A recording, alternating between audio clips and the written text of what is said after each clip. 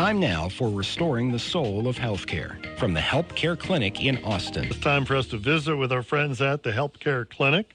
Dr. Dave Strobel and Lee Acey joining us once again. And good morning. I'm always interested when I get to this part of the week to find out our topic du jour, because we're getting more into some of the things offered and the things that really will help, as you say, restore the soul of healthcare. We like to talk about metabolic syndrome, and that's something that is very, very important underlying health problem. It's actually a constellation of symptoms or conditions that join together to create something that puts people at a lot more risk for a lot of the most feared and deadly diseases.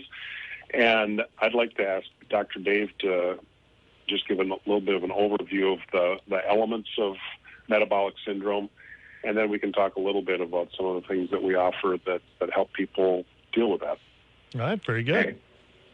So metabolic syndrome is not at all new, but it wasn't really talked about until around the late 1990s. And previously, we would look at each of the individual parts of the metabolic syndrome as basically separate diseases. And so then after a while, people started looking at this and saying, these problems walk and talk together. I wonder if they're related. And so then they started talking about that. And then they came up with this diagnosis called metabolic syndrome. Basically, this metabolic syndrome is how do we manage energy and fuel in the body.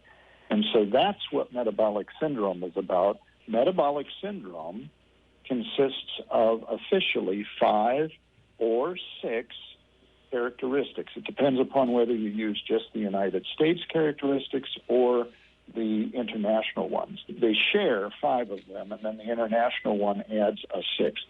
They are blood sugar that's higher than it should be. That's 1.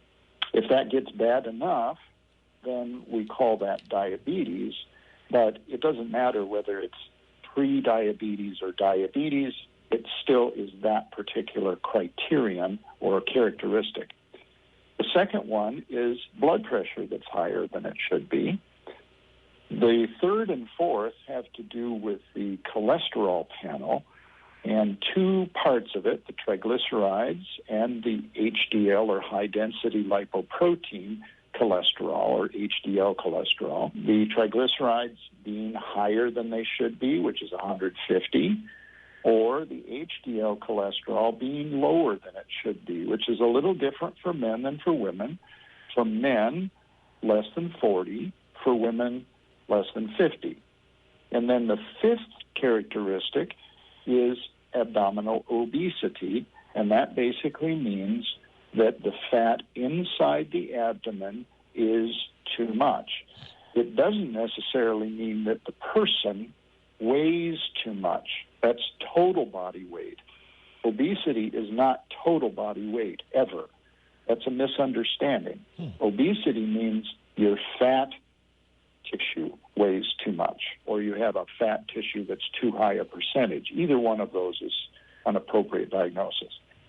Internationally, the 6th characteristic, which I agree with, is an elevated uric acid. And uric acid has a very unique role to play in metabolic syndrome, which is much different than what most people think. Personally, I also think that there are 3 other characteristics that go along with metabolic syndrome and should be included in it. And those include something wrong with the gonads, in other words, polycystic ovary syndrome in women, or possibly hypogonadism, or low testosterone levels in men, and then abnormal liver tests or fatty liver disease, which is either called non-alcoholic steatohepatitis or hepatosteatosis, depending on whether the liver enzymes are higher or not. And then the last characteristic, which is one that we really don't measure very much, is called endothelial dysfunction. And this is dysfunction or bad functioning of the lining of all of the small blood vessels, small arteries in the body. And that one is actually the most dangerous, but it's hardest to measure. So you only need 3 out of the 5 or 6 characteristics to have a diagnosis of metabolic syndrome. So basically 50% of Americans have metabolic syndrome. About half of those people or fewer actually know that they do. And only about 10% of Americans have none of those characteristics. So 90% of Americans approximately either have metabolic syndrome or they have pre-metabolic syndrome. And the longer you ignore this, the greater the chance that more of these conditions or characteristics develop until you finally have a problem. And that sort of leads to the big question then. If I have a membership there in the healthcare clinic, what are the steps if I want to find out more about this? Or do you get a screening, or how do you figure out you may be having metabolic syndrome? Yeah, so I just say that's where the approach that Dr. Dave has in taking time to really do some of the lab work, and then also having a good interview with the patient to be able to talk through some of these issues and see what elements of the metabolic syndrome they may be having, and then also to be able to offer some guidance in ways that people can take some steps through lifestyle, diet, exercise kind of approaches that can help reverse that. Some of the things are treated with medications, but an awful lot of it can very helpfully managed or even reversed through lifestyle interventions. That's interesting, because you hear about, if someone said to me, you've got metabolic syndrome, your mind immediately goes, oh, this is bad. But it sounds, given the right screening and diagnosis and you find out about it in time, you can actually manage it, and it's not that huge of a deal as long as you take care of it. That's exactly true. And there are two things to say about that. First of all, given the right circumstances, the large majority of people, all the characteristics of the metabolic syndrome are not only manageable, but truly completely reversible. So you can actually turn them all off. However, that requires work on the patient's part, not really work on the doctor or the system's part. Our job is to help people have the tools to be able to do it. The other part, though, is just emphasizing something that you said, is people say, oh, this is bad. That's exactly true. In fact, it's quite bad. And having metabolic syndrome is more dangerous than a large number of cancers. So when people say, oh, you can reverse it, so it's not that big a deal, that is not true. This is serious. This condition causes more death and disability in the United States than anything else. So really important. It's related to a lot of the cancers, related to heart disease and even Alzheimer's. The good news is that it takes a while for it to have its full effect, but the bad news is that for a lot of people it's been going on for quite a while already. And so if there's an opportunity to intervene and help people, give them the tools to be able to reverse it, that can have a major impact in people's lives.